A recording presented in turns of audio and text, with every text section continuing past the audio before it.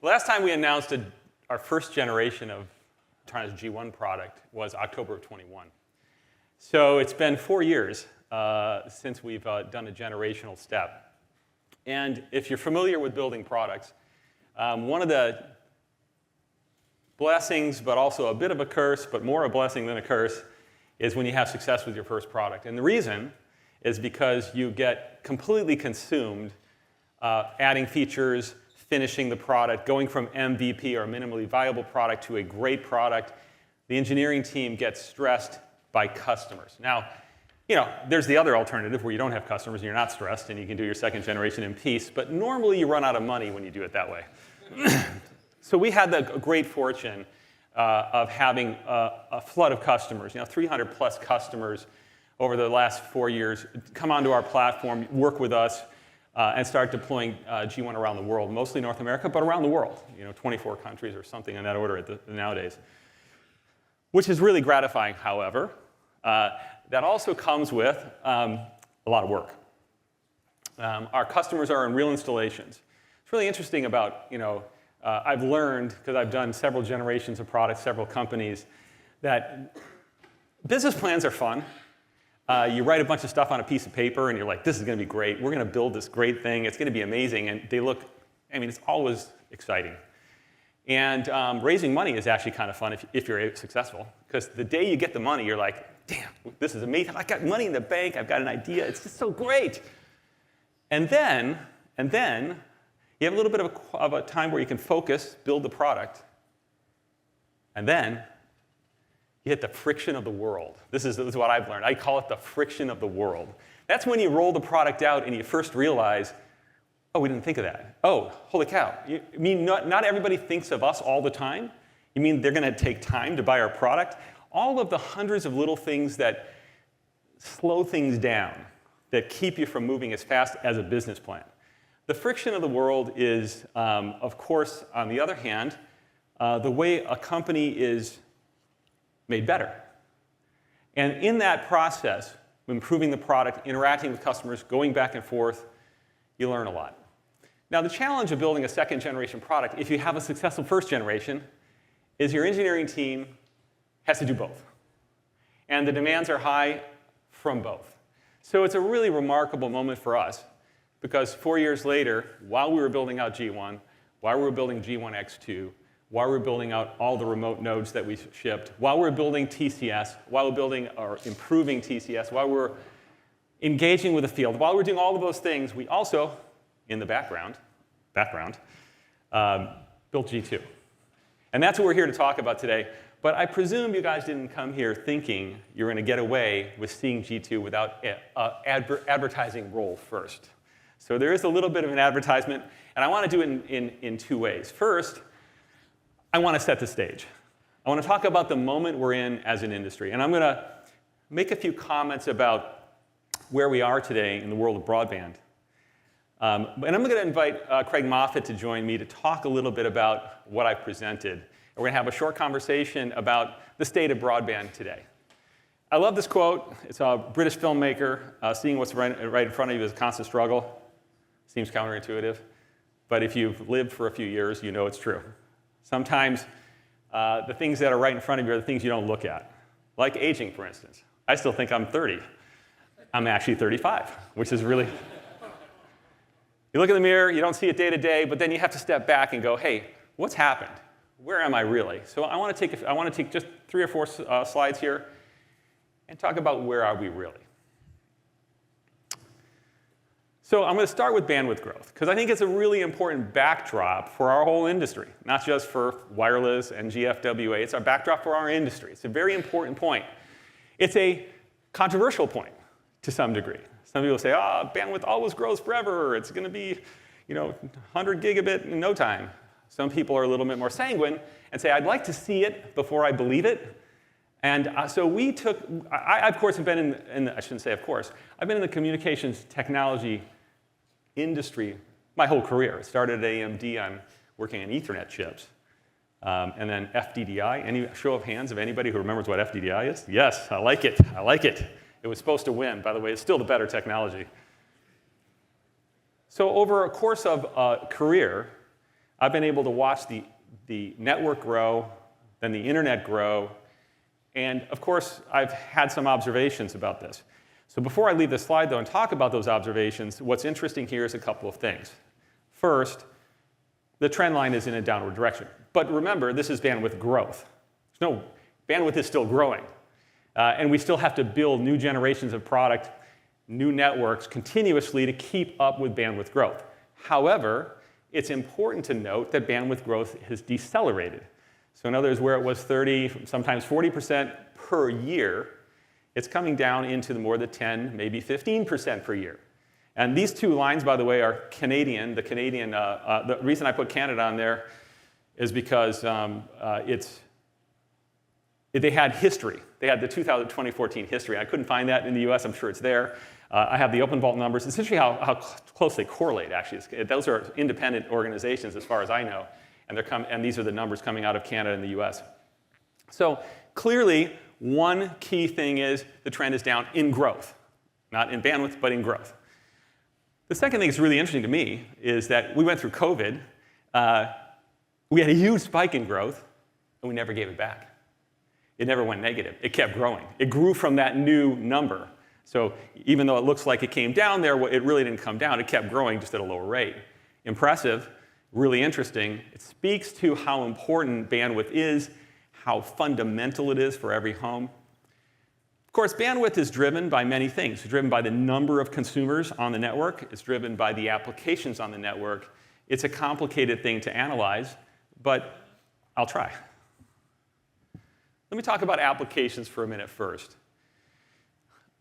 I think the important thing to look at in the last, let's call it 20 years since the birth of the internet, is what has been happening to drive bandwidth growth. And specifically, if you look back, the initial internet was carrying text. And we've always wanted to carry richer data types, but it wasn't possible. But as the network got more capable, we started adding images. Then we started adding high-def images. Then we added voice. Then Mark Cuban got rich. Then we added high-def images, or even higher-def images. Then we started with video. I remember when video first started coming onto the scene. I remember PCs could barely render the video. I remember there were companies that built chips to render video on. You have a separate accelerator chip in your PC just to decode the video. Now it's a rounding error in a processor to decode video. Super excellent. So we started with SD video, even worse. Low frame rates. Then we went to HD video. You know where this is going. We went to HD video 4K, video on demand, which is not only a bandwidth hog, it's a capacity machine. It drives the hell out of network capacity. So what's interesting about this series of events is that if you think about it, every single one of them was an existing, pervasive service that we just digitized and made better. It was an application that was already there.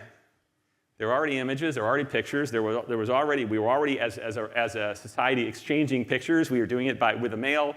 There was already video. It was being delivered broadcast. It was being delivered by satellites. It was being delivered in cable networks that were broadcast. So we already had these. What we did with the internet platform is we made them better. We made them more on-demand, more accessible, way easier to navigate, so it's been a boon to all those applications. What is interesting right now, from my point of view, is that for the first time in my career, there isn't a next already pervasive application that's going to drive bandwidth automatically. It doesn't exist specifically. Now, that's not to say that it's not there. And I would be a fool to stand up here and say we're done growing bandwidth. I don't believe that. I actually think bandwidth continues to grow and might even spike back up. But the point is even when saying that, it is a salient point that it's not a given for the first time. It's not a given. It's not automatic. It's not like you can say, hey, yeah, we're going to have 10 gig. Oh, we're going to have 5 gig. It's not automatic. It used to be automatic. It's not automatic anymore. In fact, 1 gigabit is pretty well ahead on a link speed basis of pretty much anything you might want to do. So we put together a short paper on this because it's such an important fundamental thing, we think, for the industry. And we kind of go through this key insight. We also, in this paper, go through the applications that are candidates, at least right now, for what we can see, to drive bandwidth forward, like AR, VR, like AI. What's that? What's the impact of AI on bandwidth? What's the impact of gaming on bandwidth? These are all important questions. Again, all of them potentially things that could drive bandwidth even higher.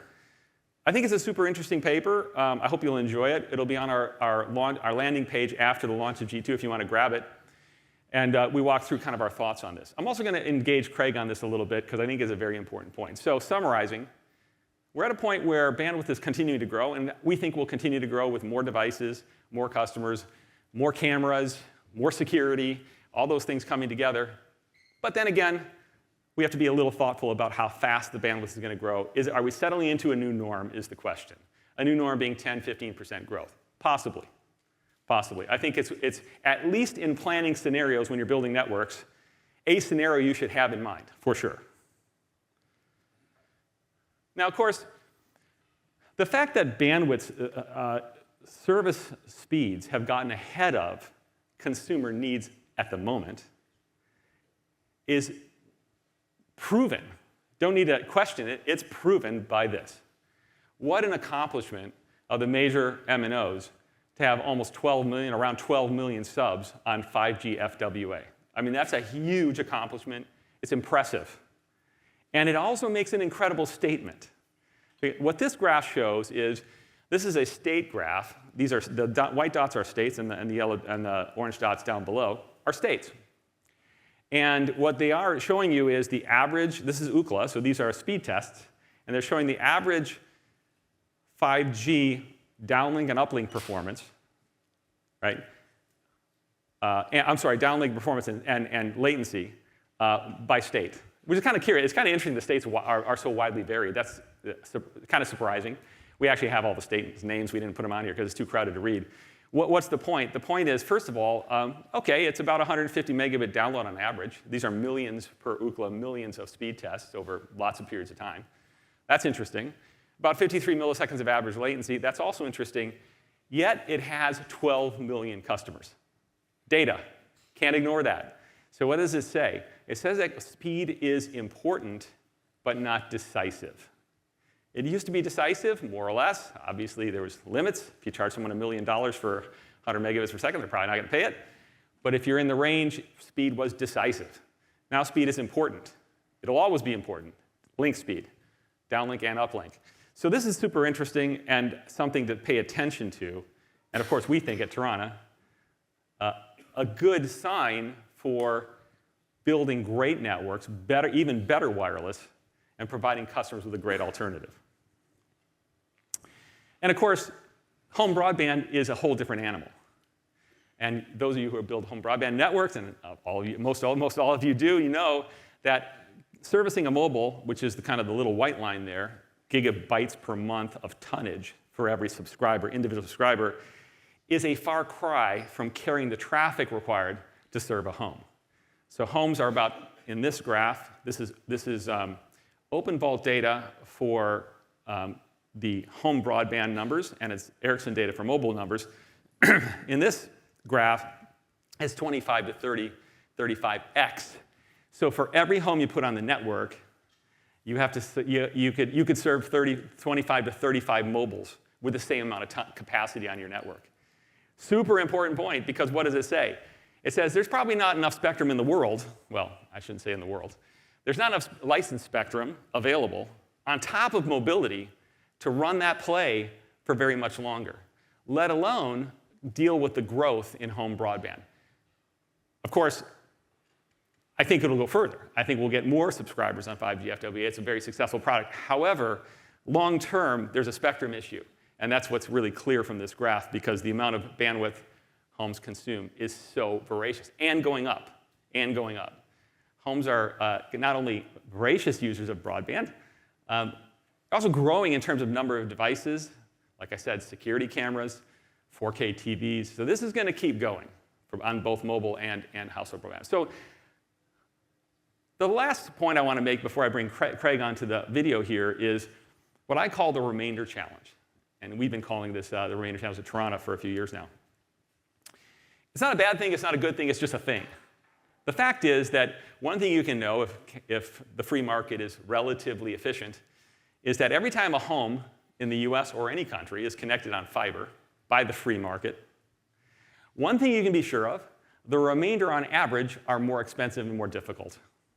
In other words, everybody's going to do the low-hanging fruit first, the aerial fiber, the place where permitting is easy, the place where there's high customer density, the place where the ARPUs are great. That's always going to be first. So we're pretty far into the fiber build in North America. And what do we know? We know the remainder challenge is showing up in the numbers. And one of the reasons I'm having Craig on is he wrote a paper back in February called the FTTH cost inflation problem that really instruments this or shares the data on this. And we got a graph from that paper here about kind of just the steady growth in the cost per home passed of fiber over time. Nothing surprising. It's as expected. But what does this mean? It means it's putting more and more pressure on business plans, and it's forcing people to think really hard, unless they're getting government funding, of course, about where they can put fiber and where they might want to use an alternative tool. The question is, what is that alternative tool? And of course, that's what we're here to talk about today.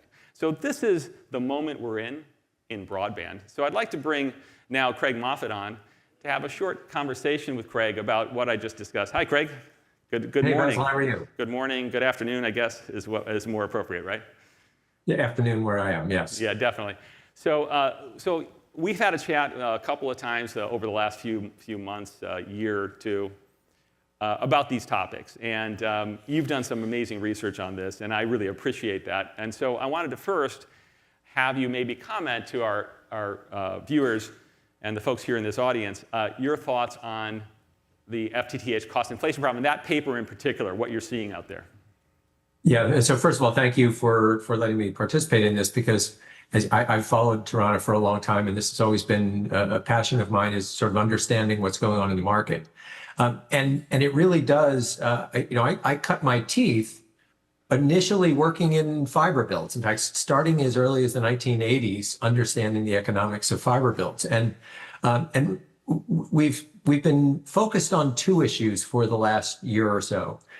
You put it well when you were describing the natural cherry picking that goes on of picking the aerial sites, picking the easy to permit, and so on. The things that really drive fiber economics are cost per home passed, and cost per home passed is a function of the density per line. The density per mile, and what is the cost per mile? The research that you're talking about was an analysis of what's going on in the cost per mile, which I think is a particularly relevant topic right now, because if you think about the macro backdrop that we're going through right now, which is, in particular, we're enormously tightening borders, and so the workforce for construction trades, which has historically had a fairly significant component of recent immigrants, is being constrained. That pushes up labor costs. And already labor costs were rising, and we had seen that throughout the fiber building industry. At the same time as the costs were rising for other reasons, a more mix of buried rather than aerial, and so on. And so the first half of the equation that I was just talking about, which is cost per mile to build, is a good place to start to say there are a lot of forces that says that cost per mile is going higher. And as it goes higher, it's not just labor, by the way, but it's construction vehicles and everything from bucket trucks to what have you, that's going higher. And then the second that we'll talk about in a minute is the number of homes per mile, which is going in the wrong direction. Right. Yeah, so I mean, and of course this has created the digital divide, which of course I was on the wrong side of before I met Tarana, which I'm going to talk about a little bit later. It's created a bunch of issues. Let's step to, I think it's a kind of pretty universally understood at this point that fiber costs are going up. They're likely to continue to escalate, and maybe the right answer should be a hybrid build where you pair fiber with wireless. Before we go there, though, maybe I know you've also done a ton of research, I've read a bunch of it, on kind of bandwidth requirements and even on the mobile network, the scaling of the mobile network. One of the issues that we, of course, have to think about is that, as an industry, is that, while you can allocate a bunch of spectrum to homes, you also have to keep enough headroom to make sure the mobile service is great. That's where the dollars are. That's got to be great, and you really can't broach that. So maybe you had a few comments there. I know you have lots of opinions. Well, so yeah, a couple of things. I think you showed the change in bandwidth, still growing, but growing at a slower rate. We've written about that same topic for our subscribers as well. On the fixed side, it's interesting that the same thing's happening on the mobile side, and that the usage per device still growing, and it had been growing where wired had been growing at about a 25% compound annual growth rate. Mobile had been growing at about a 35% compound annual growth rate. Both have decelerated. Mobile is still growing faster. But as mobile grows more slowly, that leaves a longer runway for FWA. And it'll be interesting to see how that changes. When AT&T acquired spectrum from EchoStar last week, I think it was just last week. Maybe the week before, but as time goes, slows down at the end of the summer. But when AT&T acquired spectrum from EchoStar, the first thing they talked about was not FWA. They talked about expanding the FWA availability, but they started talking about the need for additional spectrum for what could be a significant acceleration in mobile bandwidth. That is, if you imagine things like wearables and the Meta's glasses, for example, suddenly start sending a continuous stream of video data back to the cloud to be processed so they could tell you whether to turn left or turn right, or whether the person in front of you was at a party that you attended last year. All of that is tremendously bandwidth intensive on the mobile network, and AT&T was trying to get ahead of that.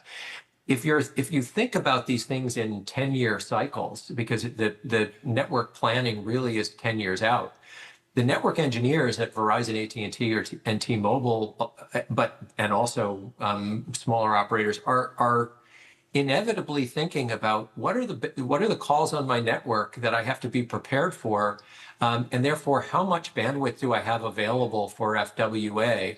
How do I make sure that I'm as efficient as possible with that? Because, by the way, at the same time as they were talking about the calls on mobile bandwidth, AT&T was also talking about how important it is to be able to offer a converged solution, even where you don't have fiber, by having an FWA solution.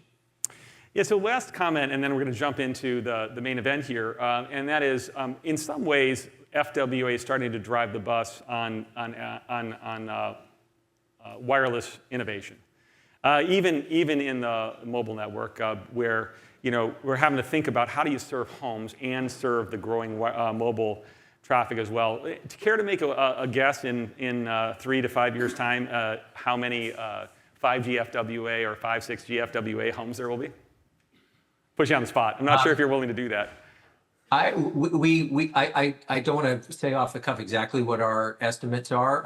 We're not that far off from the guidance that Verizon and T-Mobile have given, and now AT&T, where T-Mobile, for example, had taken its original estimates up to about from 8 to 9 million to now about 12 million. Verizon, it's a little less clear about the time frame that they're talking about, but all told, you're probably talking about, call it 22 million or 23 million or so US subscribers over the foreseeable, call it next 5-6 years. Super. Hey, Craig, thanks a lot. I'd love to have you join us if you can for the Q&A at the end. So if you're hanging out for a little while, we'll have you back in case somebody has a question or two for you at the end of the call. Happy to. Thank you for joining us, Craig. So I want to jump now to G1. I want to talk about the first product and kind of what Tarana technology does. Because we just had a conversation about wireless. And the reality that wireless is taking a bigger role in home broadband is everybody understands that. On the other hand, homes do require a lot of bandwidth. And the service we showed earlier, the 5G service, is a good service. But if a customer's really asked and he has to make a decision, they're going to pick fiber. And they're likely going to pick something that's built to deliver 500, maybe gigabit type speeds. I'm one of those customers, actually.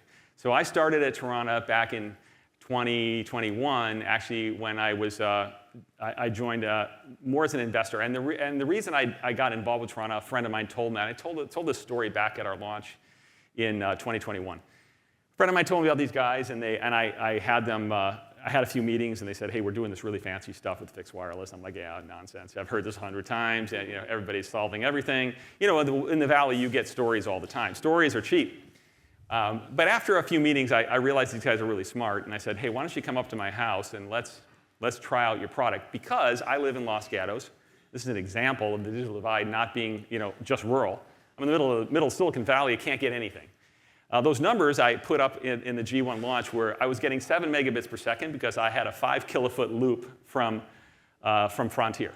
And I still get 7 megabits per second because I have a 5 kilofoot loop from Frontier. So that was a complete disaster. So I had a 25 meg service from a local WISP, which I loved because I had 25 meg service for $99. And I paid it like that. I was so happy with that service because it actually made the house possible, right? Otherwise, it was literally impossible.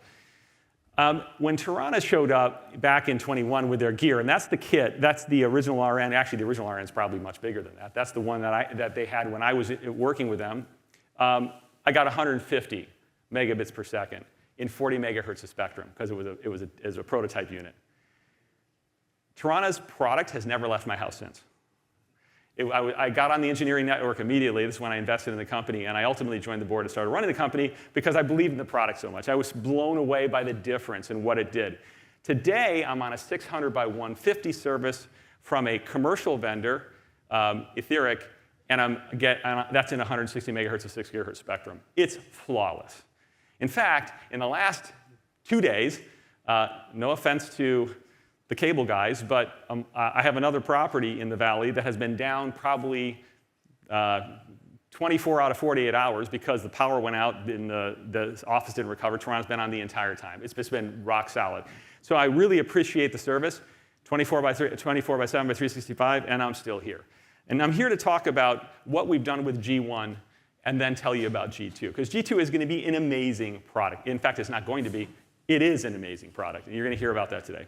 So first of all, we now have 20 million homes passed with G1. This is a little bit of an interesting exercise to figure out how many homes are passed, because you have to actually double-click on every location, try to figure out what the density is. We do some pretty advanced, some number crunching to try to get a number that makes sense.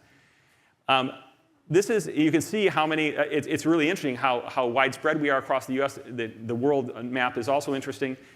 But there's a lot of 3 gigahertz, by the way. A lot of CBRS. We have a ton of CBRS customers out there, and thank you for working with us. But we have a ton of 5. We started with 5 gigahertz, went to CBRS, and now you can see the 6 gigahertz product showing up.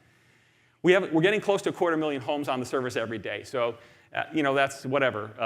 750,000 people waking up every day and having Tarana take care of their situation, which is really nice. It's not a huge number yet. It's going to be, but it is huge in this way. We really have proven the technology. It works. It works 24 by 7. It has, it's one thing to build a link and prove it. It's another thing to have a couple 100,000 links going on 300,000, going down 1 million, really up and running every day and dealing with those issues. And my big appreciation to our partners around the US and around the world that have deployed the product to make that happen. So that's been a huge step since 2021. And along the way, we've had some really great customers do some amazing things with the product. This is a Nextlink sector. I think this one is in Texas. I didn't put the exact location, but what's great about it is 441 homes on this service, 3 CBRS BNs, base nodes. And you can see the RF link average. That doesn't mean they're buying that service. That's what, on average, the RF link per hour instrumentation says we can do. Those are crazy good numbers. Those are crazy good numbers. We have another example here with a resound 207 homes on a single BN. Nextlink had a sector that actually did roughly the same number, to over 200 homes on a base node, all getting 100 meg service and up. And Cam, if I remember right, your home was one of them on that 200 plus subscriber BN. So we've got density that's really never been done before in wireless, certainly not with these speeds. And this has been really, really exciting for us to see this happen with service providers that really know how to build. It also taught us a few things. I'm going to come back to that in a bit to talk about how G2, the genesis of G2, because the genesis of G2 comes out of some of these early service providers that really pushed the G1 product. I want to tell a little story about Echo Broadband as well, because I think it's so interesting. I was talking to Matt Wallace, who is a really great, had a really great conversation with me yesterday, and if you're out there, Matt, say hello, about Echo Broadband. Echo Broadband was a small service provider that was really challenged before Tarana came along. In fact, some of his quotes from my call yesterday were, we were going out of business. We didn't know what to do. We didn't have a way forward. We tried this, we tried that, and nothing worked. We had a bunch of, I'm not going to name the vendor, but a bunch of small access points with customers, but it was like tiny, putting up a small access point and getting a small amount of money. It just didn't scale, and we ended up with this rat's nest of backhaul that was really difficult to manage. So he was commenting about of course, he said, we're just in love with Tarana because we've solved the problem and we are on the expansion right now. But I want to share, the reason I'm sharing Echo Broadband is not because they love the product, although that helps. It's really because of what they did in this one sector in 5 gigahertz. And it's not just this one sector. So what you see here is 187 RNs in 5 gigahertz, and you see the RF link average is amazing. And it's a pretty dense, it's a dense town. It's a town build. But what's super interesting, this is TCS, our Tarana Cloud Suite, and it's showing a few of the BNs, and the frequencies they're operating in. This particular BN, or set of BNs, each of these builds I'm going to do is a site. So it could have multiple BNs. At the end, I'll show you how many BNs are overbuilding this area. So in this case, it has a BNs with both 5 and 6 gigahertz on it. And you'll see the yellow because it's throughout all of these sites, and they're all overlapping. So this is the next build they did tower-wise. This is the next build they did tower-wise, basically in the same place. Another tower down here. Another tower down here. You can see all overlapping frequencies, all in 5 gigahertz, noisy, to build. And here's what you have right now in that particular location, 14 BNs serving a little over 1,100 homes. And delivering really high-quality service.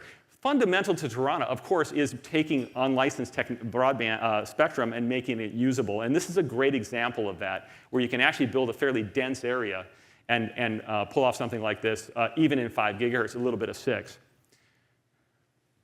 You might think, well, yeah, sure, it's probably 25 meg service, right? I mean, that's sure. We could have done that a long time ago with 10 meg and 20. No, this is the breakdown of the customers. 22% are subscribing to the 500 and getting it plan. 33% are getting the 300 megahertz plan, and 45% are buying 150 megahertz plan. This is on G1. So this is crazy. This is game-changing. I know many of you in this room know that, but I'm making sure it's clear that this technology is different. It does something meaningfully different. And here's another one that I really love, and this is Sail Internet and a project called Twist that we work with Sail on. And this is building the Bay Area, our home turf. In fact, Tarana is in that set of links. Our facilities on fiber because we have so many people there, but we have all kinds of Tarana links on our facility as well. But look at that. Look at how much overlapping. This is 48 BN, 6 gigahertz, 2,000 RNs and growing. And this is all of the customers in this particular service provider, because this service provider builds over existing service providers. They go where there is already a choice, maybe not more than one, but there's already a choice. And this is what's happening. Because you can go in and offer a competitive speed, well ahead of what the customer needs, and you can help a customer have choice. So this is really impressive. We've really enjoyed working with the Sail team, and the Twist team is here, Mark and JK, who are running this project with us. And so all of that is well understood to some degree, but I want to take just a minute before I bring Sergio on stage to unveil G2 a little bit in a little more detail and talk about the technology behind this. The reason NG-FWA is so different is because there's literally fundamental advances at the foundation of NG-FWA. It's not the same technology rewarmed. It's not a 5G chip. It's not a Wi-Fi chip. It's a completely different system. And the real advances that it delivers are, first, reliable high speeds without line of sight. This has been a real awakening for many of our service provider installers who have realized that in the past, they would go to a site. If they didn't have line of sight, they just leave. We had a number of customers tell us that their installers would still do that with Tarana. They'd have to tell them, no, go back, put it on the house, and let it sit there for a minute and think. And you'll find that a good chunk of the time it'll link even through trees. And you can see tons of messages about how this actually works, reflections, diffractions. The system knows how to deal with that and put together a good service. The second advance is working with unlicensed spectrum, but delivering carrier class or delivering reliability in unlicensed spectrum. And that particular advance, by the way, pays dividends in licensed spectrum as well. It's not just about canceling interference in unlicensed. It actually cancels interference, self-interference, flawlessly in licensed spectrum. And the third fundamental advance is really building a system that gets, not just claims, but gets the capacity of multiplication from advanced spatial multiplexing. And that's a mouthful, but what it means is in the same period of time, in the same spectrum, multiplying it, using it multiple times in that same resource block. It's very easy to think about because you say, OK, spatially, I'm going to send the same stream in the same spectrum to 5 different places. It's extremely hard to realize. It's really easy to realize in the lab. It's very tough to realize in real life. So that what you'll find is that when people say spectrum multiplication through like MU MIMO, massive multi-user MIMO, they're usually saying, hey, we're going from 4 spatial streams to 8 spatial streams. We get double the amount. No. They get 10% more. That's the problem with MIMO. In our technology, because of the way the system is built, we get the benefit of MIMO. And you see that in our capacity numbers. And that's how we're able to deliver hundreds of megabits, 500 megabits, gigabit, and with G2, gigabit all over the place with spectrum. So all of this stuff, I'm not going to go through the details on this, but all this stuff is fundamental. You know, Tarana is a deep tech company. One of the reasons I joined it, I've done my whole career, I've done deep tech. It's what I like. I like it when we change the curve of price performance fundamentally with technology. It's more interesting because that has a big impact on markets. So this stuff is not for the faint of heart. The guys that built Tarana had spent 10 years before I got there building this stuff. There's a quote I like from a comedian I quote him all the time. His name is Eddie Cantor. He was a struggling comedian for many, many years. 20 years into his career, he finally became famous, and everybody called him an overnight success. And his quote was, I guess it takes at least 20 years to make an overnight success. So and similarly here, there was 10 years of really hard work to build the foundation. This is not stuff you do in 2 years. This is stuff you do and iterate and do and iterate and do, and it's theory. It's unique algorithms from the ground up. It's custom ASICs. Amaze had 3 custom ASICs in this system and building advanced system designs. So there's a lot here. Sergio's going to be on stage in a minute, so I'm not going to cover some of the details. We'll go into that on G2. But it's a lot of really deep technology to deliver all this great stuff. So coming back to what it delivers, a couple of things I want to highlight, and then we're going to jump on to G2. The advert will be over, and we can get to G2. Number 1, speed counts, but another thing that customers really rely on and want from wireless networks, if possible, is the feeling that it's a nailed-up circuit. And wireless has kind of a little bit of a reputation for being less nailed up than a wired network. And you might say, well, that's because it's a wire. Well, yeah, OK, sure. It's a waveguide that goes to the house, not a wire, a fiber. Yes, that's helpful. It's great. If you have a waveguide to the home, it's fantastic. On the other hand, you can make engineering decisions in wireless to solve that problem. And it has to do with the choices you make about your adaptive codecs, about your error rates, about how you adjust, how you manage the session with the user. And it's a quite detailed thing, but delivering consistent performance regardless of weather, certainly interference, obstructions, motion, that's engineering. You can do that. It just takes a lot of computation. High uplink speeds with no efficiency loss, which we get, no spectral efficiency loss. That's a unique thing about Tarana in wireless technology. So you can have a 200 meg uplink. It works. Less variability and jitter. All of these things come out of are by design. They're not because we happen to be lucky. It's by design. This is what the team worked on to make better. So speed counts, certainly a little bit less nowadays because customers are, we're pretty far ahead now of what customers actually need or experience.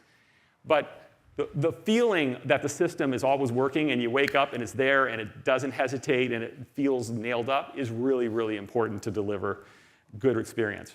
Another place where this, by the way, comes in handy for us, this advanced beamforming we do and this fancy stuff we do on both ends of the link, which is one of the key things we do, and we'll get back to that, is it makes the RN installations better. So this is an exterior to the house install, and I thought this graph was particularly interesting from our product management team. And basically, they did an install survey, and this is saying how much time does it take to install a Tarana node. Now, Tarana, is it as quick as shipping a piece of gear to somebody and have them stick it on a desk in their house, or worse yet, in the basement? No, it's not that fast. But for an external install, it's pretty efficient, and we're really focused on this because we know for scale, this really matters. And this is super interesting. You can see the average install time is about 109 minutes. I don't know if we got that onto this slide. I think it's 109 was the number. Is that correct, Rakesh, wherever you are? And 102, sorry, 102 minutes. Oh, man, I gave away 7 minutes. Thank you. And the chunk of it that is Tarana is last. Part of the benefit here is that the product does find the BN for itself. You don't have to precisely align it. It is an external install. There's more work. You got to drill through the house. It's like a standard install of fiber in that way, but it's more efficient than some people might believe, number one. And number two, we're hyper-focused on this. And the technology helps us with this immensely. And I want to share one additional way where the technology really helps us, and then G2. And that's reliability. And this gets back to, I was actually thinking about this for the last 2 days because I was dealing with my wife being very upset with me about the internet at our other home, because that's where she was. And one of the beautiful things about wireless is there's no infrastructure between you and the next fortified node, which is the cell tower, or the location where you have the base node mounted. And it's similar to the location where the OLT might be, or where the cable head end might be. It's fortified. It's generally got backup power. It's generally built right because you have hundreds of users on it, maybe thousands of users on it. So the next hop for a wireless provider service customer is a fortified site. What's even better about this is wireless actually has unbeat. This is an area where speed becomes, let's say, a part of the package, but not the whole thing people think about, where reliability starts to become more important in the waiting. And I think a lot of people, I speak for a lot, I think a lot of the success of the SAIL project, Twist project, has been customers who are tired of outages. They want a reliable service. And wireless uniquely can provide the best uptime. And the reason is, and I'll show you, this feature is, by the way, now working. We've been shipping it for a number of years. It's called Primary BN. So this is a home that's talking to a cell tower, and our systems are talking to both of the cell towers, and sure enough, the wind kicks up, and the tower's really well engineered, but darn it, it fell down. Bang. There it is, laying on the ground. By the way, I'm going to come back to this in a minute. There's an actual case of this, and I'm going to show you a picture. So here's the tower laying on the ground. The home is now not connected anymore. TCS gets a notification that base node is offline. And what happens? A reconnection to a nearby tower. Now, this only works if you're building relatively dense, but if you're building over a city, you're going to build relatively dense. So you have a backup path. There is no fiber backup path.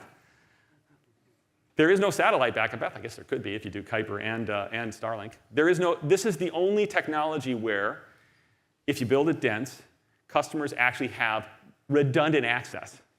It's better. It's actually better than fiber in this regard. So that's really interesting. And I think it's going to become more important over time because people really care about this. And I can say that with great confidence because my wife was literally yelling at me about the fact, and she in fact said, why can't we get Tarana at this other house, which I loved hearing. So we're going to get Tarana at the other house. So then, of course, when the other thing we have in this feature is when the old tower gets repaired with a Band-Aid, which is typically what people use for repairing towers. We looked into that. That's why we put it up like this. It reconnects. It reverts. And you can revert by rules. It's all done. It's self-organizing network. It's all done with TCS. So this is the kind of stuff we can do with this technology you can never do with an access technology that has a single connection to the home. This is a real story, by the way. It's great. This didn't have primary BN on this one, but this is just a fun story, so I had to tell it. This is Ryan Grewell, who now works at Nextlink, actually, who basically had a tower fall. And I love this post. It came back in, I think, 23, When the tower fell, we actually didn't know. It was online, the BN, but we were getting complaints of customers being down. So this is a really great post by the whole world, was worth reading. I drove to town to investigate, and there's no tower, a mangled mess of scrap. I flipped the breakers, and people are calling me saying, hey, what happened? Because it was still connecting to 20 or so customers laying on the ground, pointing literally into the ground. That's kind of the stuff that people, when people realize, hey, this is different. This is different. This stuff really works in wild ways. It's a different physical layer. It's a different price performance. It does different things. I love this story. It's super good. I really thank Brian for posting it. And the comments there are, I can't repeat, but they're great. I think if I remember right, I can't see it. It's super incredible if I think it's something like that. And all this comes down to churn in the end, and what we care greatly about with our customers, a well-managed NG-FWA network. So we've been tracking churn for about a year or two now, not only by asking our customers, because this churn is the final word on the entire experience, not just on the equipment, on the entire experience. Customer service, the install, how friendly are people, what's the billing, all of that stuff. We know that. But equipment has a role to play in churn. And what's super interesting to us is we've done this 3 ways now. Looked at it 3 ways with 3 different analyses, including our own kind of analysis of RNs, which we can do across our whole customer base. And we're seeing about a 1% churn, which is right there with fiber. That's the final word. It also speaks to the value of a subscriber that's on a NG-FWA network. Because in the end, if you're an investor, what you're investing is a cash flow, future cash flows. And if the churn number is right, and the ARPU is right, and the costs are right, there's no particular reason why that sub isn't worth as much as any other sub that has the same metrics. Now, there's a bunch of other stuff you have to take into account. Do you have to put new equipment in? When? We're going to get into that. That's what we're going to talk about with G2. What about the upgrade? Do I have to replace it every 3 years? The answer is no, by the way. When I replace it, do I have to swap out all the RNs? The answer is no, by the way. If you build the system right, you can make a wireless network that's relatively low in terms of cost to operate and upgrade. So why don't we go to that? Take a deep breath. So I want to now switch to G2. And I want to ask Sergio Nadesky, I'm the CEO of Tarana, the Chief Executive Officer. Sergio is also the CEO of Tarana when I joined, but he's the Chief Everything Officer. And I'm not kidding. Sergio's been with the company from early days and has served as a Chief Technology Officer. He's run the company for a period of time. He was one of the original founders. How long have you been doing this now, Sergio? 16 years. Yeah, just 16 years. What was your first job out of college? This one was CEO. I was CEO of this company in my first job. What I'm telling you is he's invested. He's invested, as is his family. So Sergio's been a delight to work with. And one of the reasons I joined the company, because the team behind Tarana has been there from the start. And there's been a huge personal investment in making this project go. I love this quote. The best way to predict the future is to invent it. And that's a really great way to segue into G2. Because that's kind of what G2 is doing. We're taking all of that learning from G1, and we're channeling it. And I want to start with a little story about a trip that we took. I wasn't there. Sergio was. To Texas to visit a couple of our customers, including Nextlink, to talk about what we should do next. And it was really the customers. And I want to shout out to Cameron Kilton here, who helped us think through this, that were really pushing the technology that got us to think through what G2 should be. And some of the things we did in G2 are a direct result of that engagement with early customers. And we're very appreciative of that, because that's the only way you get it right.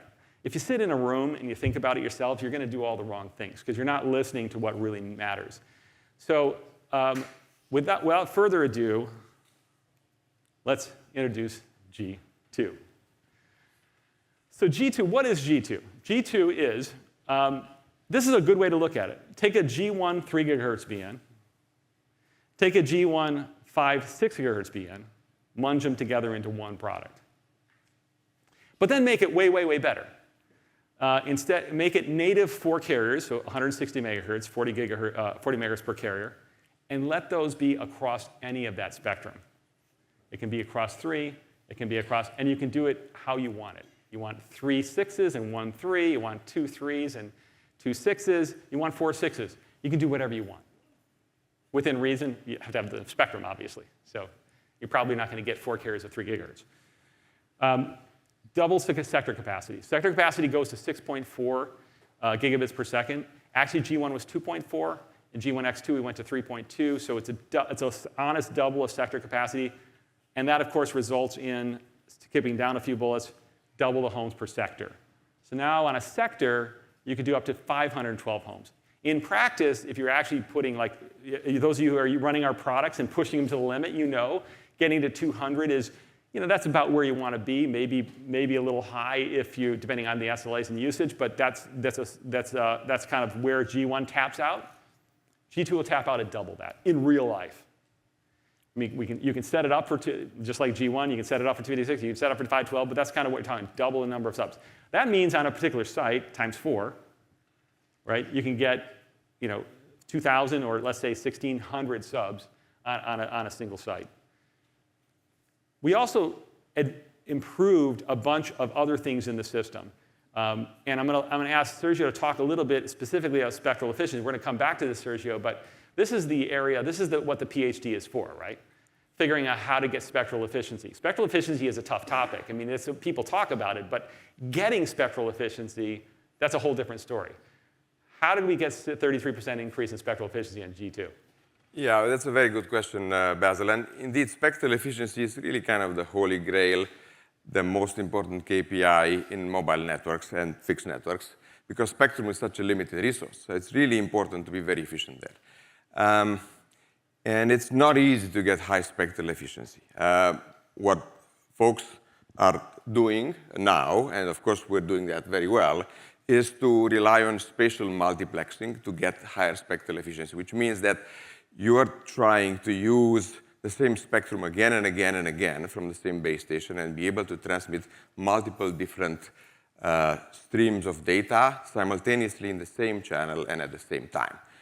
Now, this is easier said than done. A lot of folks are trying to do it, and with various levels of success. This is where a lot of our innovation is. Because in order to do this properly, you really need to be able to understand your environment extremely well and be able to adapt to it very, very quickly. Because being able to transmit in no-line-of-sight environments, being able to transmit multiple streams of data in different directions without them having to interfere, even though there's a lot of diffraction in the environment, there's no, if you just have 2 static beams pointing in 2 different directions, they're not actually going to be orthogonal because you have so much reflections. The channel is unpredictable. It's just not going to happen. You need to understand exactly how the signal propagates, what's the multipath like for every data stream, and then find ways to completely isolate these streams from one another so that they're perfect, even though they're happening simultaneously. That means that you need to understand this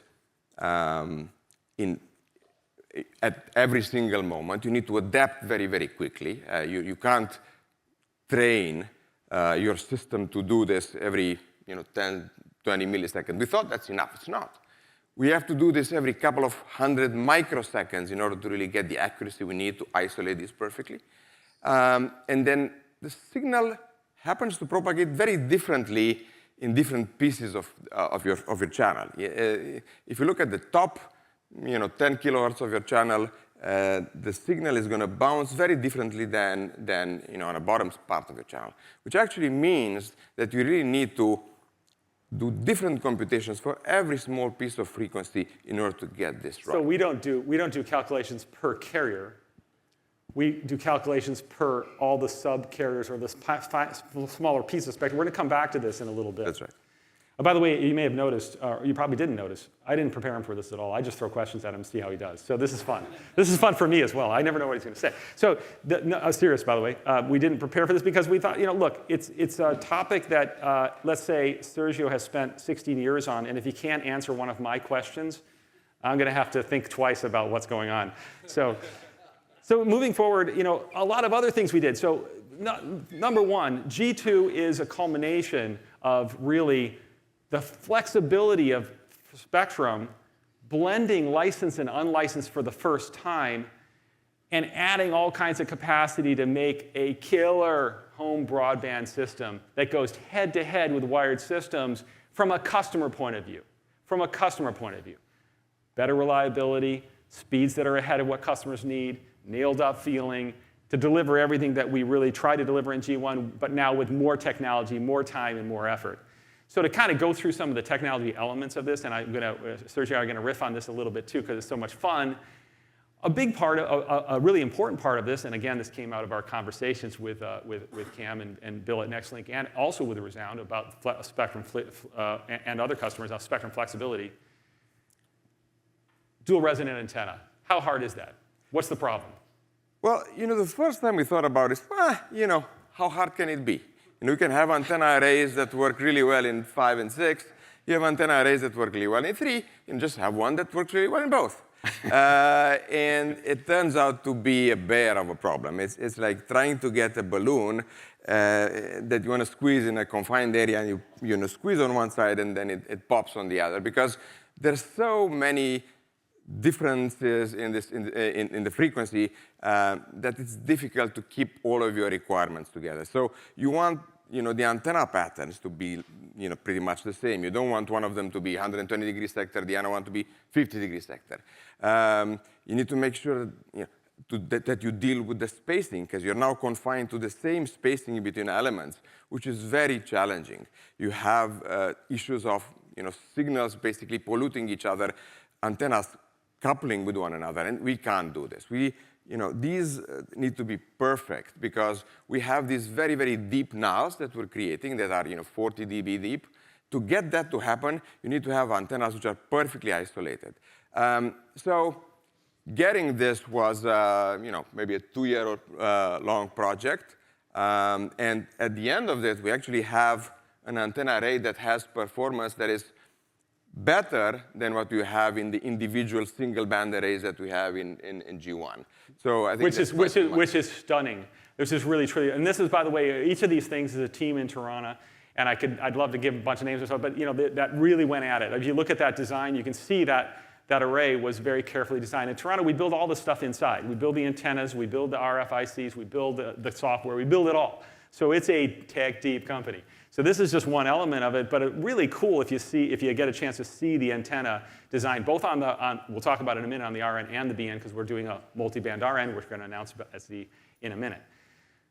The next step, of course, is taking all those signals and transforming through some RFICs, translating them to digital, and crunching the hell out of them, right? And so this is another really big task, because you have to be extremely precise in how you take those RF signals into the system, how you calibrate and understand the signals perfectly, how you feed that data even into the digital signal processors, how the digital signal processors then have to transfer. Maybe just a second, Sergio, on the challenges here. Well, there are many challenges. The first one has to do with having front ends which are frequency flexible.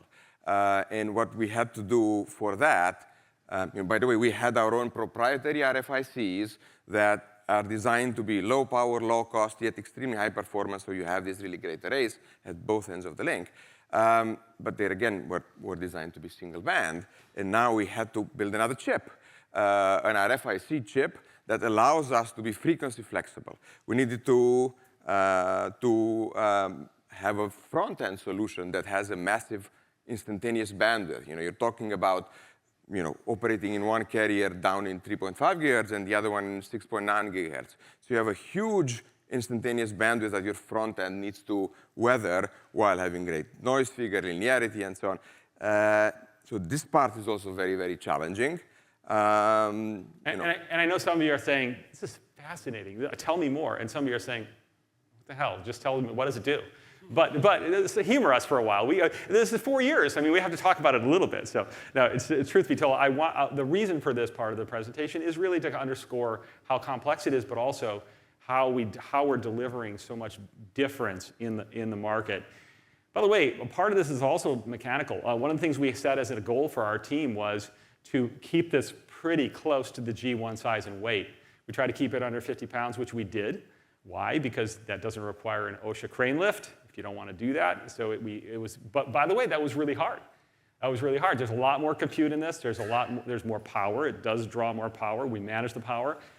The other thing I would mention to those who are, especially from the mobile side, that's everything you need. There's no packet core. There's nothing at the hut. There's not an Open RAN server farm. There's power in, 10 gig Ethernet out. It's that simple.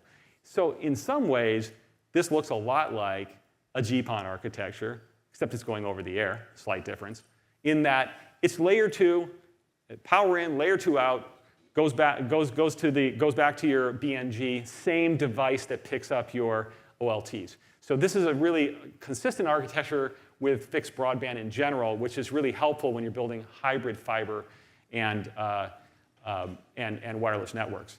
And this was a big trick. By the way, those heat pipes are also a constant challenge for us because trying to get those hot spots cooled where we're doing all that incredible number crunching is not easy. Let's just say it's more than not easy.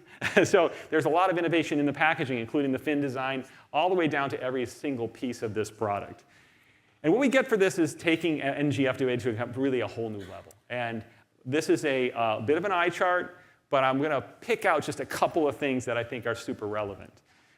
First of all, just for the fun of it, what are we doing with 20 teraflops? 20 teraflops. Well, I mean, first question is, why do we need to put it here? I mean, obviously, you guys don't need it, but it is a very good proxy of smart the system is. And with more smarts, you can do more things. Can we call it AI and get a better valuation? Yes, that would be a good way to do it. We're not going to do that, though. But if you look at one thing that's missing, actually, even on the RN itself, we use 2.5 teraflops of compute because the RN is also very, very smart. Yeah. But when you go to G2, because you want to have both more spectrum and you actually want to have higher spectral efficiency, you really need to do many more computations there. And we're going to discuss in a minute. I hope we're going to get to how many beams are doing, how many nodes are doing. We're going to get that next. And by the way, just for all of you that are in the industry and want to get the AI evaluation, I came up with a strategy for that. I call it awesome internet, but I don't tell them that. I just say we're an AI company because we deliver awesome internet. You take that to your venture guys, we'll give you a lot more money a lot faster with that. One thing to mention here when it comes to the teraflops, there are two things that I think that are interesting about it. One, it tells you that it's smart. The other one which is more impressive to me is actually how can you squeeze this amount of computation in a single box that needs to be low enough in power that it doesn't melt the tower, or in case of the CPE, can be put on a house, and that's at the price point that you want, which is why you actually really need to have a very special custom architecture that has a lot of hardware acceleration. If you try to do this computation with general purpose multiprocessor architectures, the mapping of the processing is way too inefficient, and the power will be way higher. You need to put it somewhere in the cloud or down in a massive cabinet.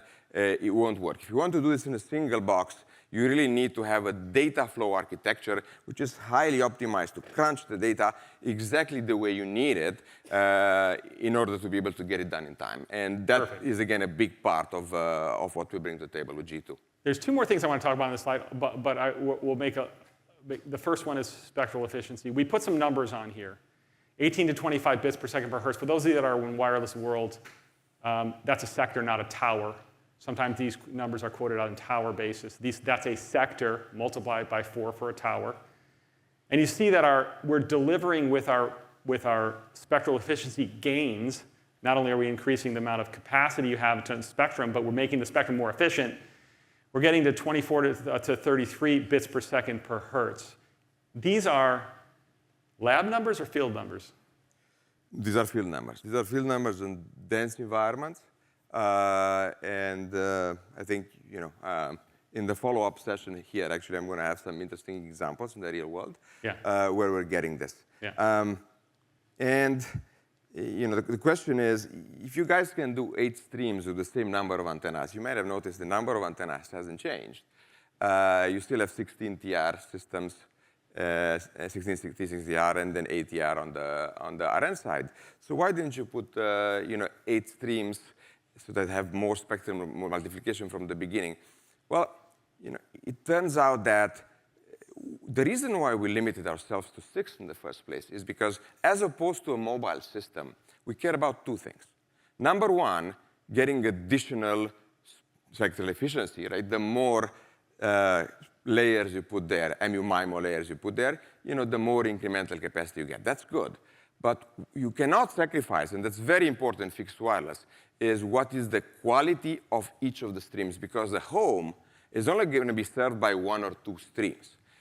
So what you want to do is you don't want to increase the capacity, but sacrifice the peak speeds. You want to make sure that when the system is loaded and you are at the peak hour and you use all your layers, you still get it near perfect SNR, and you still get the same speed that you got when the system is empty. This is why we stopped at 6 at the beginning. And now, through a lot more advanced parts of our DSP processing that we continue to iterate in the background, we found ways to basically achieve the same kind of guarantee, perfect isolation at 8, which is why we finally have it here, and this really helps us get more capacity. So summarizing, by the way, I'll summarize a little bit. Claiming MU-MIMO is one thing. Delivering the spectral efficiency for MU-MIMO is an entirely different thing. A lot of the technology here is about getting that done. Now, there's a bunch more stuff on here that I'm not going to go into, and we're going to skip over the 768 beams that are calculated, now 2,048 beams calculated every 200 microseconds. That's a stunning thing because of how we break down frequency and do our resource blocks. It's wildly different. What I want to say about that is just this. If you want to capture it, grab Sergio afterwards and learn about it, feel free. Get a cup of coffee. Set an hour aside. If you meet our, he'll definitely teach you about it. The bottom line of it is that it's fundamentally different architecture to deliver what I said earlier, which is we tune it. It's a lot of trade-offs. We tune it so that the service at the home is stable. It's nailed up. It feels great. And our cell edge is generally modulating at fairly high speeds. Therefore, we're not burning all the spectrum at the cell edge and burning down the entire service. So there's a lot of depth here. Let's go to G2 use cases, and I'll jump through these really quick, and we'll come back to, and we'll get to one more announcement, and then we're going to bring it to some Q&A.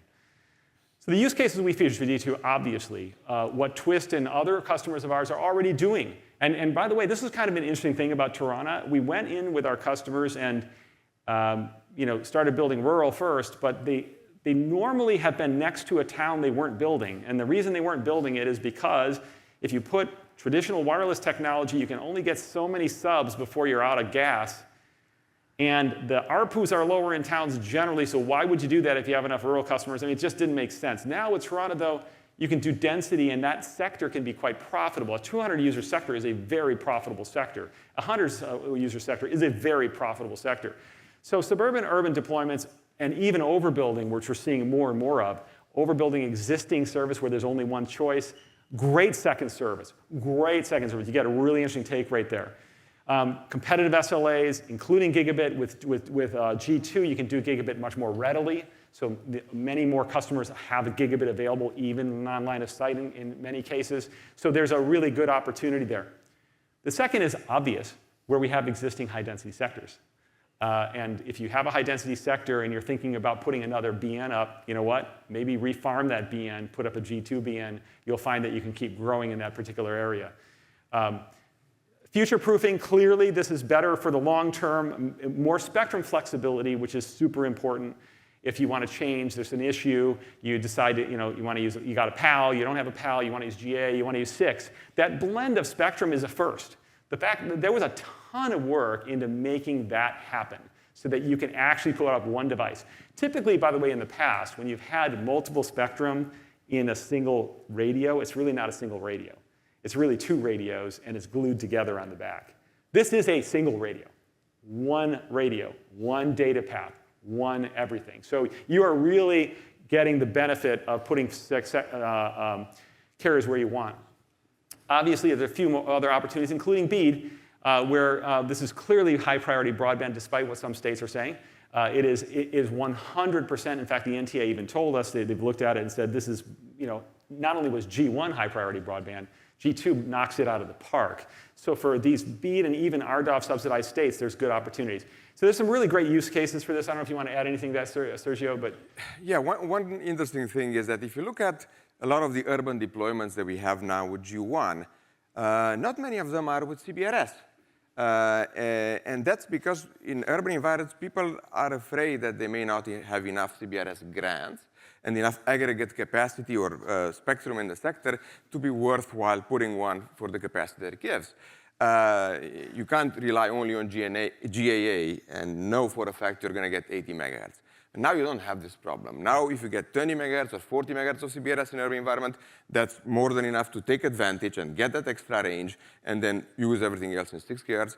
And if that happens to go away for whatever reason, then you can actually have everything be 6 gigahertz. it's a great point. It's a great point. So it's another use case. And there's one more thing we're introducing today, and that's the what we call the RNM, or the RN multiband. The RN multiband is kind of a similar concept. Take the 3 gigahertz CBRS RN and the 6 gigahertz, 6 gigahertz RN, crunch them into one, and make them better. So this is a new product, same PoE, same mount as previous RNs, basically the same package. You can see it here. This is in fact, the RN multiband, the RNM. And this gives you some really interesting advantages as well. Yeah, no, absolutely. This is the kind of a superset RN. You know, they can do everything that all the others RNs can do. And it really allows you the flexibility to have a single SKU. The other thing that's nice about this is that you know, when you operate this in a mixed mode CBRS and 6 gigahertz with this RN, the advantage is that when the network is empty, which is most of the time, you're actually going to always use your best spectrum, right. The highest power, highest kind of lowest interference and so on, because you can afford to. And then when it's going to be loaded is when you may have to use 6 gigahertz. And having the flexibility to use both whenever you want allows you to really get best of both worlds. It's kind of like having an always-on CBRS service, yep. Even though many times you use 6 gigahertz. And what's interesting is this: we leverage the same multiband antenna technology. We leverage the same RFIC that we built on this side of the lane as well. So all that technology we ported in the BN, we built a new RN. It's really remarkable product. So you're probably wondering, well, of course, what Tarana wants us to do is forklift all our stuff like every other wireless vendor, buy a whole new set of gear just so you can make a bunch of money and have your AI company win. Not true. Not true. We get who our customers are. Our customers are infrastructure. Our proposition, what we believe in Tarana, we believe in wireless as a long-term broadband solution, not a stopgap to fiber. We're building a service that's meant to be long-term. We're focused on that. So therefore, if you're a long-term service, you can't do something like, here's a new BN. Oh, by the way, roll a truck to every house and rip those things down. Can't do it. So you'll see at the bottom there, the G2 BN is compatible with every RN we've ever built. Round of applause, please. No, I'm just kidding.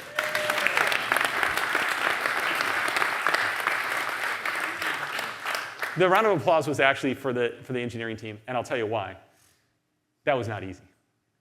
It's always better in engineering to say, let's build a new product.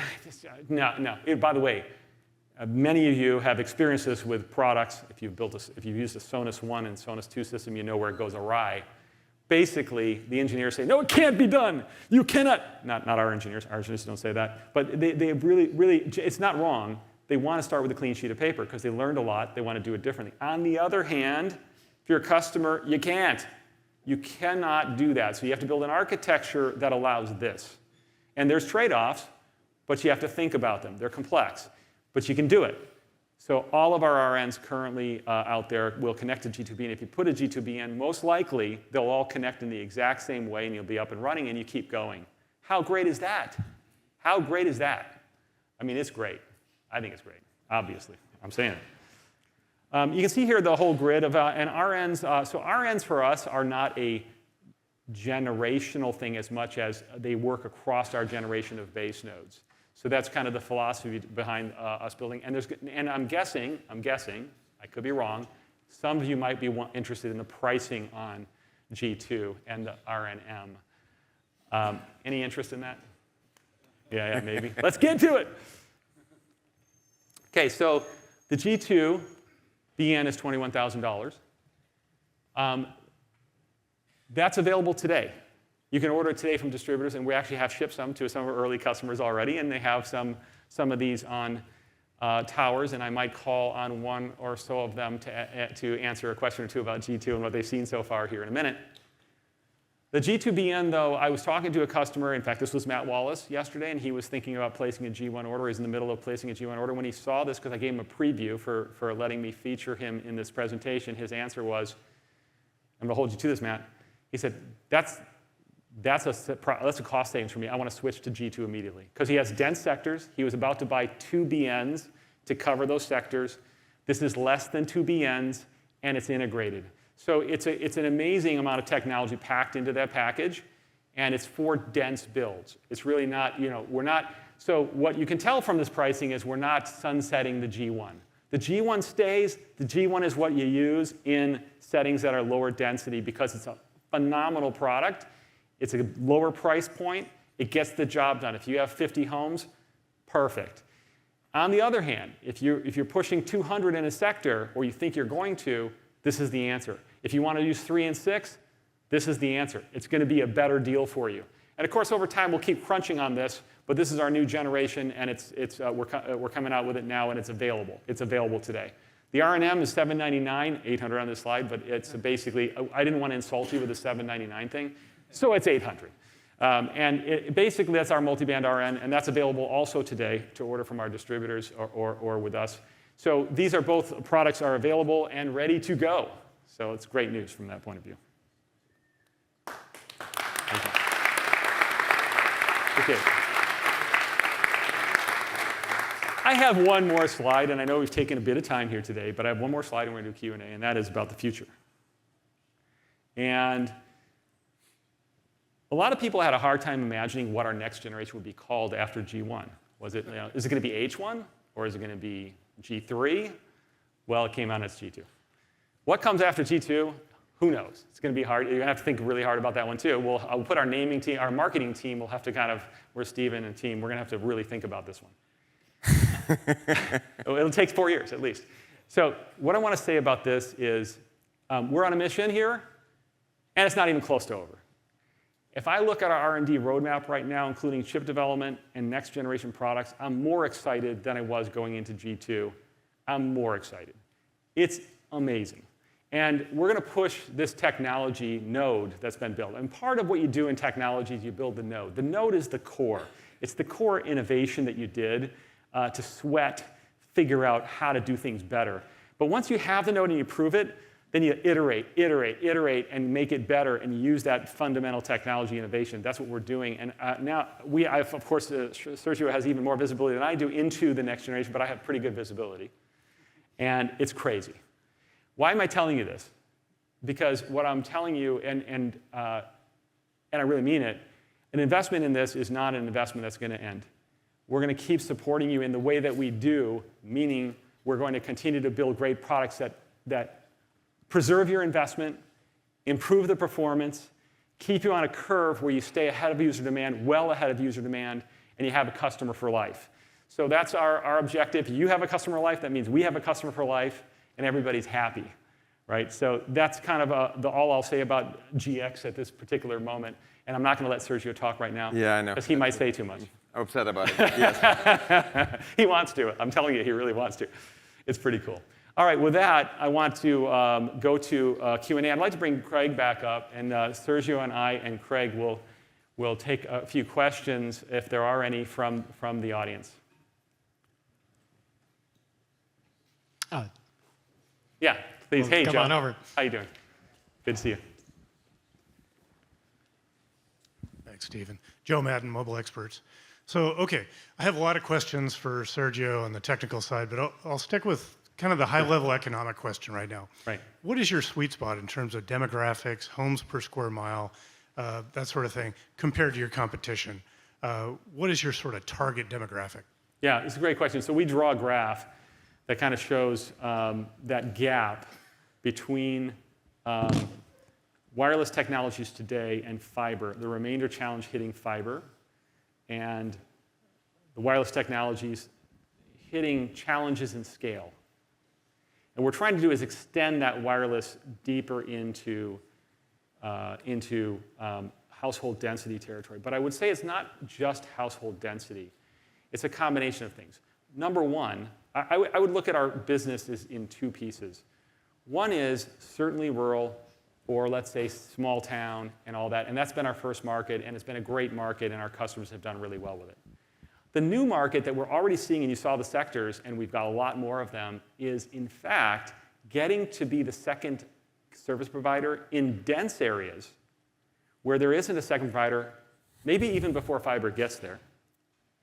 And our argument would be that actually if you're a customer, one thing I've learned about broadband is that customers, there's a moment where they want a new broadband provider. It's either because they're frustrated as hell because they just had an outage, or because the kids are screaming because the game doesn't work, or the wife is bad. Those are the moments. When that happens, you've got to be there. If you're there, you win, if you have a good product.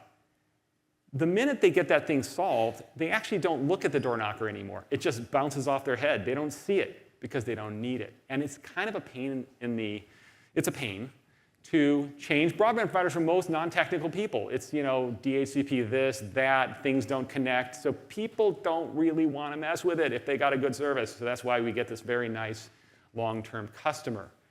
So I would argue that it's actually not, so where does the product work? It works in all kinds of densities. It'll work in an urban environment. The reason we're not going to get deployed a lot there is it's mostly fibered. And if you got two providers already there, what's the point? By the way, we do have people who have built over places where there's two providers, accidentally, by the way, because the FCC maps were wrong. They got some customers, not the amount they wanted, as expected. Another way I look at it, so household density is not, it's so much more, it's more an issue of competition, and do they have a long-term broadband solution today or a choice for a long-term broadband solution? We should be the first choice. We should get there first. I think that is kind of a better way to look at where this goes. One of the other ways I think about it is, I was talking to a fiber building company, I won't say which one, it was CEO of a company that's got a quite large fiber infrastructure, one of the second tier guys, but big. And he said, the problem I'm having is I go into a metro and I build these little patches of fiber, and I can't market contiguous. I gotta go, the only thing I can do is door knockers because I gotta go to the very specific. He goes, I can't do it. He goes, I really need something to fill in all the gaps. So in some ways, I think of ourselves as, it's kind of inelegant, but as the cleanup crew. We come in for all those streets that are right there. You can see them, but you can't get to them, and we clean it all up so you can have a contiguous infrastructure. So I'm not sure if you want to say anything more about that, Sergio. Yeah, I mean, the only thing to say is that if you want to do that, you really need to have service parity or better with wireline options, which really allow you to kind of get the same kind of reliability, speed, and low churn. Right. And as soon as you have that, you can absolutely be a complement for fiber in dense urban environments. By the way, I'm going to ask, I told you I was going to do this, Cam, but I was going to ask you if you want to say a word or two about your thoughts on G2 in the field so far, and also where would you see it going in terms of demographics per Joe's question. Testing. So we've been deploying it at this point for about 2 months. Excuse me. We're pretty excited for two reasons. One is the additional capacity that's going to exist and coverage, because we've also increased the amount of streams. Obviously, the size has grown a little bit as a result, and obviously being able to utilize both our CBRS licenses that we have and the 5 and 6 gigahertz bands. So that's going to unlock a lot of potential for us to get massive coverage in areas where 5 or 6 years ago it was question whether or not how fixed wireless operators are going to meet 100 megabit metric. Right. Obviously, that stigma has changed. And the second side, which you've kind of pointed out in your earlier slide presentation, is just capacity. We have a number of locations that are highly successful, and once you get beyond your fourth BN, you have to start considering stacking, and that becomes holistically inefficient at some level. And that was a big driver in this. We have several sites already that we're just kind of waiting for Rakesh to bless. And we'll start moving those subscribers over to G2BNs at scale. When I say at scale, we're talking hundreds of RNs per site. Right. And we're very excited about that. And I really appreciate engineering squeezing in 2 more streams. That's gonna make a big improvement in overall customer experience. So we're very excited about that. Perfect. Any other questions? Back here, Basil. Yep, go. Hi, can you tell me a little bit about how G2 is going to change, or if it's not going to change on the licensing? On the licensing, well, so no, it's going to be the same. It's going to be the same. So basically with G2, we're going to, it's the RN itself, like the RNM, will have a speed unlock, a one-time speed unlock, and then there's the TCS fee that are the kind of, it's really, TCS is, it's really not TCS, it's our, we call it SMS, it's all of our services in one, rolled up in one, as the other part of that licensing model, which is, for us, when we think about Tarana, we think about, and I think our customers appreciate this, we don't think about shipping you gear and then saying, hey, don't call us. And that's, by the way, not infrequently the model in some of these companies. Don't call us. Or if you call us, we're just going to ship you another one and we're not going to answer your call. We're really, in every part of this company, we're trying to be a long-term solution that's there for people who want to build serious broadband. We're for people who want to build scale. That's what we're building for. We're building for people who are going to be in this for the long term. That's why we're doing the investment protection. That's why we care so much about churn. That's why we pay attention to all the little details. That's why we're quick to work with you on anything that happens with your network. So same on the licensing side. And the selfish reason here is the fact that we don't just want to sell more BNs. We actually want you guys to be as successful as possible so we can sell many more RNs as fast as possible. Yeah, that's kind of important for us. Yes. We kind of understand if you guys aren't profitable, it's not going to be great. It's not going to end well. So voicing our live stream audience for a question. Yeah. The RNV was a great start. When are we going to see the RN Lite? What is the RN To Lite? drive the cost even further down. Oh, you mean, the RNV is kind of the RN Lite. That was our attempt to say, look, we know we got to get price points down. Now, there's a choice, right? Because the RNV is another SKU. So you have to have another SKU in your truck. We all would love, by the way, no lie, we would love to sell this at $399 or $299 even. We'd love to. We'd be out of business pretty quickly if we did that. I would be replaced as CEO, actually, is what would happen. So that's not going to happen because there's a lot of technology packed in this machine. On the other hand, I will tell you that one of the things I'm really excited about is our roadmap on RNs.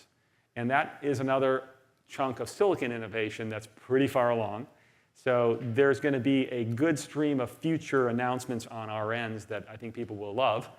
But the RNV is our low price point and will stay that way for the moment.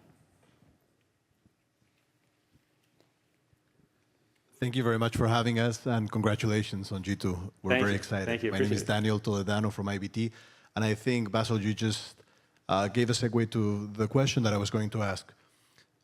In BEAD, fixed wireless has not been considered priority because it's not scalable, and I think we just heard the opposite. You were just speaking about a phenomenal roadmap, so I'd like you both to address it from a technical and a business perspective so that our listeners in the public sector can also hear that. Thank you. Yeah, I mean, by the way, we argued, with some of the states and organizations that there should have been a better definition for scalable. And I'm afraid what has happened is scalable has been a method, because it's undefined, to just choose technologies even though it's supposed to be a technology agnostic program. BEAD, it's supposed to be technology agnostic. It's anything but technology agnostic in implementation in some states. That's unfortunate. By the way, the thing there's lots of problems there. Number one, obviously, the most important problem is we're seeing it. There's a bunch of customers that are going to get, the divide's not going to be closed. It's not going to happen because of these choices. Because the money is going into, and I'm not saying fiber isn't great. If you can fiber the whole state, go after it. But the whole point of the benefit of the bargain round was, in fact, to get everybody connected with scalable, great broadband. And the way it is playing out is going to, in some states, is going to really violate that, in my opinion. You're going to have an opportunity for satellite, but will you do it? Is it going to be there? When's it going to be there? Who the heck knows? I'm not saying anything bad about satellite. I love satellite. Satellite's amazing in places where there's no terrestrial infrastructure.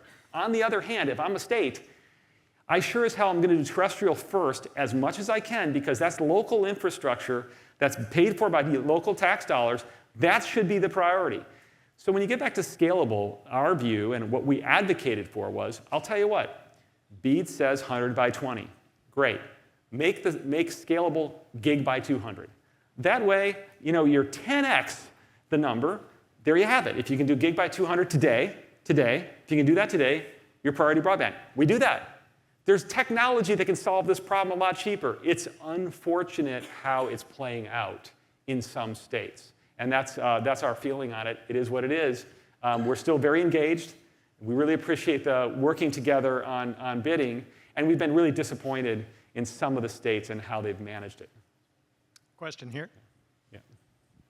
Thank you very much. My name is Elise Bretnall. I'm with South Valley Internet, one of your customers. Awesome.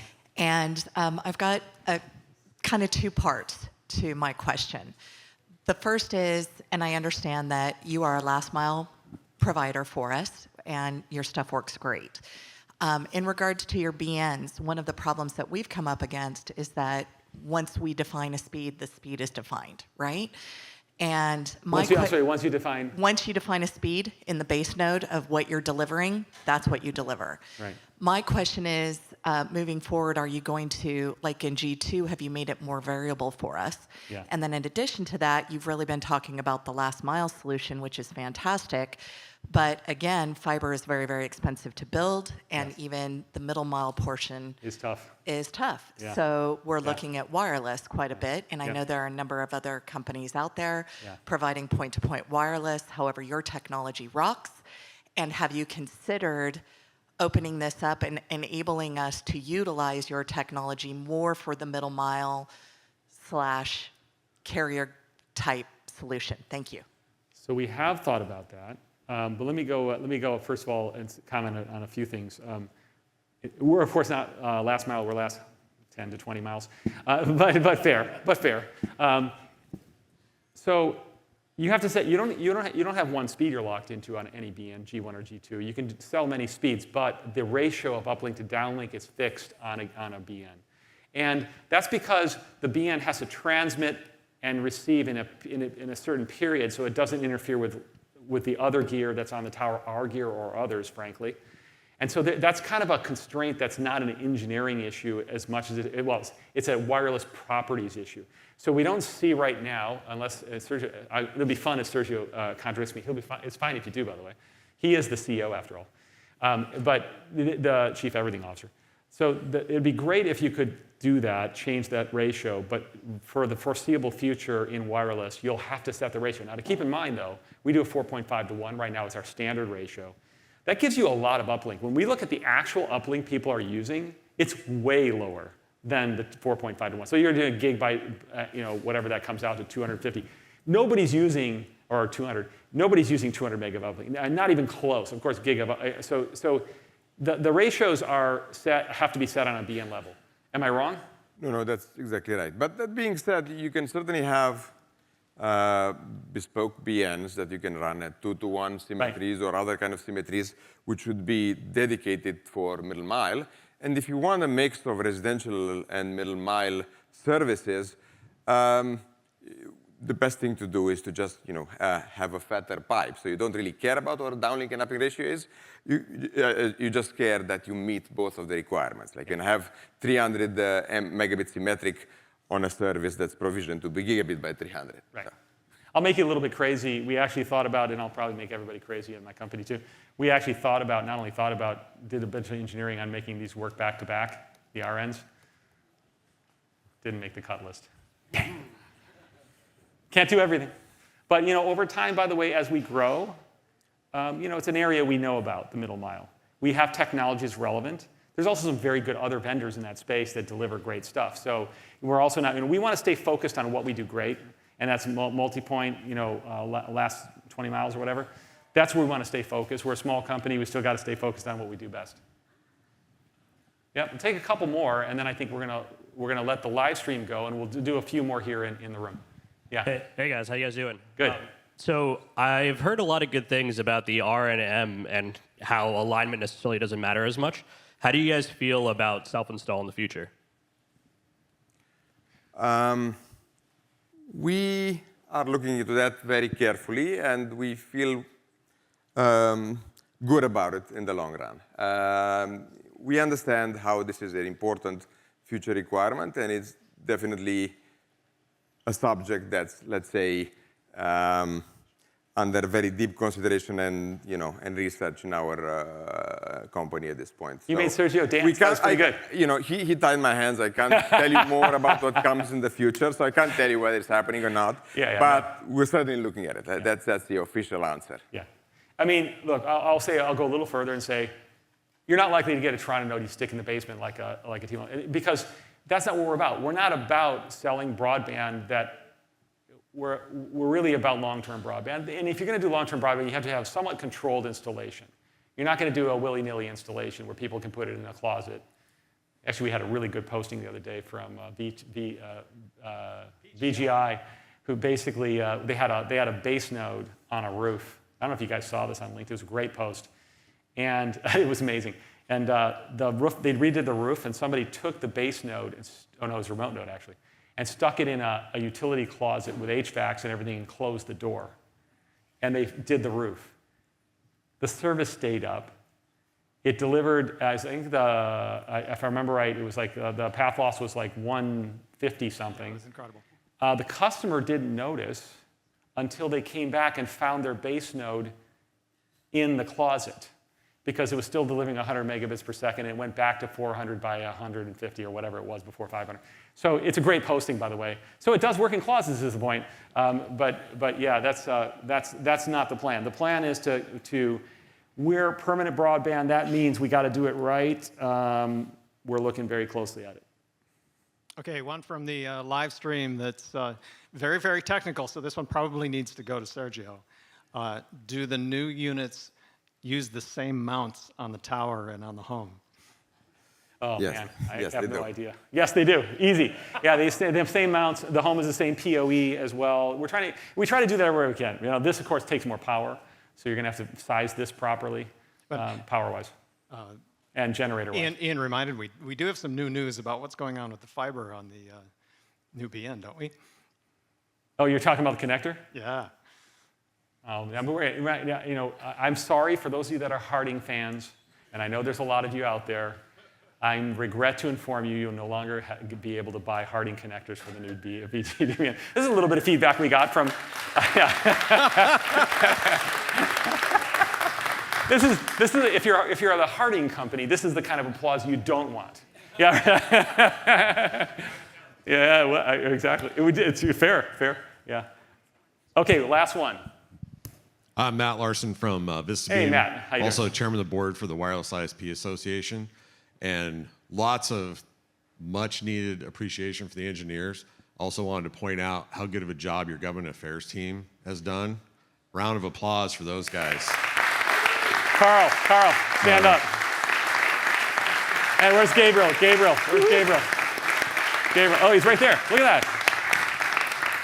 No, you guys have done a tremendous job. It's been wonderful Where's Shrija? as an association to be able to have a vendor that's out there working that hard to try and help get the climate, all the help you guys did with during BEAD to try and help push that, and then also help push things in DC and at state levels has just been tremendous. So I want to make sure you guys recognize that. Thank you for that feedback, Matt. So the more difficult question, though. Yeah.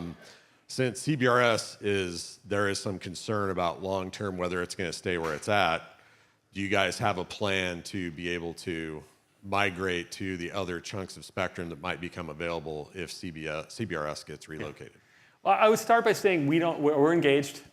We don't believe in the end, when you double click on all the options for the 800 megahertz of spectrum that is in the act, that you're going to find that CBRS is a particularly useful one to do. And we believe that because of the sheer cost. I mean, at the high level, it would have been nice if they ruled it out from the start. It's kind of interesting that they didn't. And everybody got a bit nervous about that, rightfully. Actually, I think Iyad's here from Federated. He might have a thing or two to say about this as well if he's in the room. Iyad, are you here? Hey, Iyad, there you are, buddy. Okay, I'm doing fine. Okay, yeah. So on the first hand, I would say once the work is done to double-click on this thing, it's going to be clear that number one, there's a huge amount of infrastructure to vacate, and this is not going to be cheap. It's going to be highly disruptive. It's going to bring down, most importantly, bring down the value of the spectrum to the federal government in terms of the amount they'll get for it.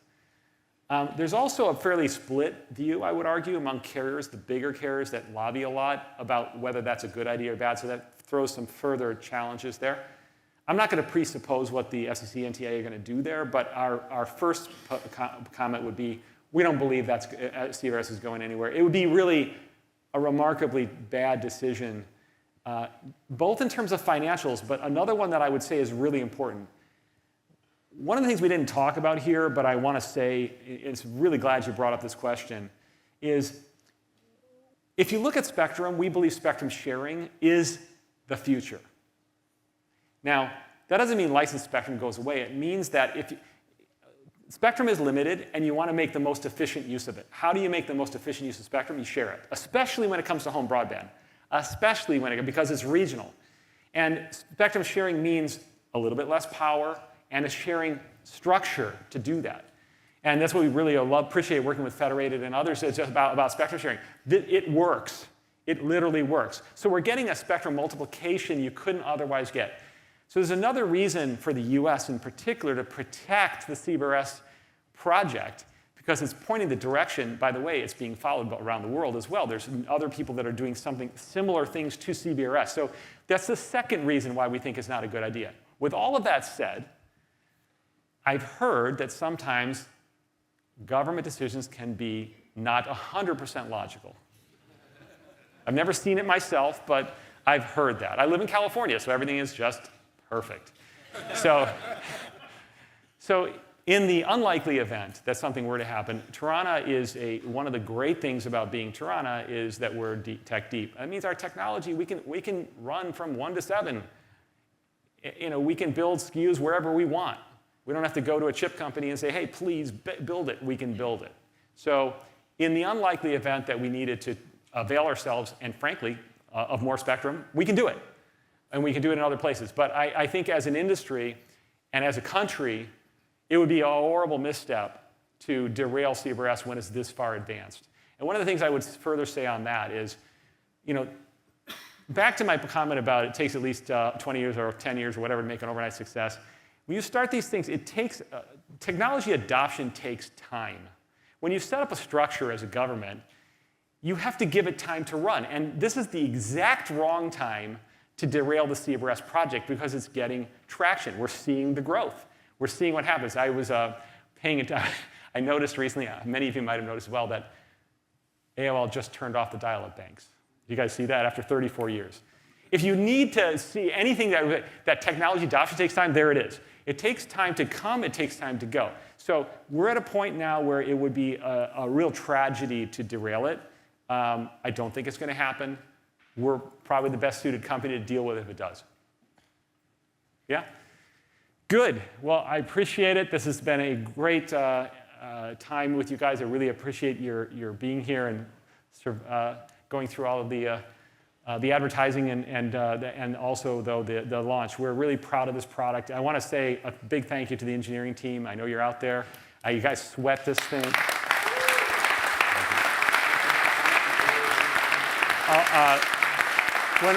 When we were getting G2 out, we were literally doing weekends.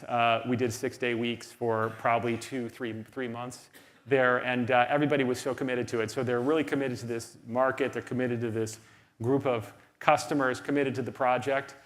Thank you very much for all of you on the live stream for joining us. And at this point, I think we'll sign off. Thank you, guys. Appreciate it.